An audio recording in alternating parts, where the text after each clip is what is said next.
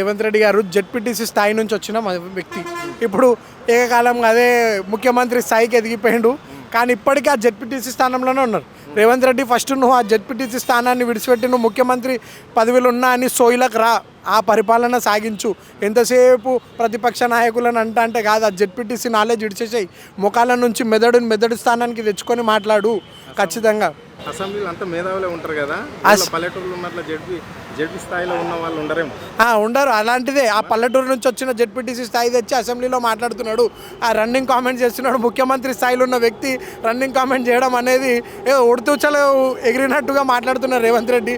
ప్రతి చిన్న విషయానికి లేస్తున్నారు. మీరు అసెంబ్లీ కూడా చూసినట్టయితే అక్కడ ప్రతిపక్షంలో మేమున్నామో వాళ్ళున్నామో అది వెళ్ళట్లేదు.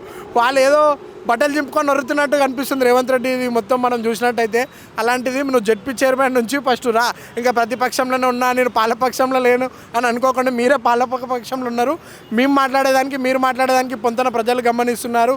మీరు మహిళల పట్ల మాట్లాడిన తీరు కూడా చాలా మంచిది కాదు. ఆ భాషను కూడా మీరు మార్చుకోవాలి. మీరు ఈ భాష అనేది ఇంకా ఖచ్చితంగా దీన్ని పక్కన పెట్టి మీరు ముఖ్యమంత్రి స్థాయిలో ఉన్నారు. ప్రజలకు పరిపాలన ఎలా అందించాలనేది మీరు మాట్లాడాలి. నిన్న కూడా మేము ప్రగతి భవన్ ముంగట గడిలు లేవట్టేసామంటే అది వేసిందే కిరణ్ కుమార్ రెడ్డి అయ్యా. ఫస్ట్ ఆ సోయి తెచ్చుకో. నీకు రాజకీయ పరిజ్ఞానం లేదు మీ నాయకులకు. ఎందుకంటే నువ్వు ఒక పార్టీలో ఉండే వ్యక్తి కాదు కదా. ఈరోజు ఒక పార్టీలు ఉంటావు, రేపు ఒక పార్టీలు ఉంటావు, రేపు పార్టీలు ఉంటావు, రేపు బీజేపీ పోతున్నావు అని కూడా మాకు తెలుస్తుంది. అందుకే ఓటుకి నోటు కేసు రెడ్ హ్యాండెడ్గా దొరికినా దొరుకుతుంది. లిక్కర్ స్కామ్లోనన్నా డబ్బు కనిపించలేదు, ఇక్కడ డబ్బు అయితే రెడ్ హ్యాండెడ్గా కనిపించింది కదా.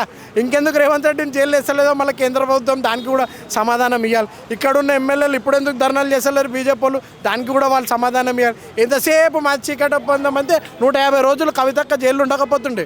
ఓటుకి నోటు కేసు దొరికిన ముఖ్యమంత్రి ఖచ్చితంగా జైలు ఉంటుండే. ఇవాళ ఏం తెలియని అరవింద్ కేజ్రీవాల్ది ₹1 డబ్బు వీడియో లేదు. ఇక్కడైతే క్లియర్ కట్గా వీడియో దొరికింది కదా. ఎందుకట్లా దానికి సమాధానం చెప్పురు. ఎందుకంటే లోపాయకార ఒప్పందం అవుతుంది. రేవంత్ రెడ్డి కొంతమంది ఎమ్మెల్యేలను తీసుకొని పోతాడు. వీళ్ళున్న కాంగ్రెస్ లీడర్లకి రేవంత్ రెడ్డికి పడడం లేదు. కోమటిరెడ్డి వెంకటరెడ్డికి కానివ్వండి, అలాగే బట్టి విక్రమార్క కానివ్వండి, అలాగే ఉత్తమ్ కుమార్ రెడ్డి గారు, వీళ్ళందరికీ అరే వీడు మా ముంగట వచ్చి లిల్లు పుట్టంత లేడు, ఇలా ముఖ్యమంత్రి స్థానంకి చేరిపోయాడు అని చెప్పి ఆ కాలుపట్టడం గుంచడంలో వాళ్ళు నిమిత్తం అన్నారు. ఖచ్చితంగా మీరు ఆత్మపరిశీలన చేసుకోవాలి. మీ నాయకులు మిమ్మల్ని ఎత్తుతున్నారు, అది మీరు చూసుకోండి రేవంత్ రెడ్డి గారు.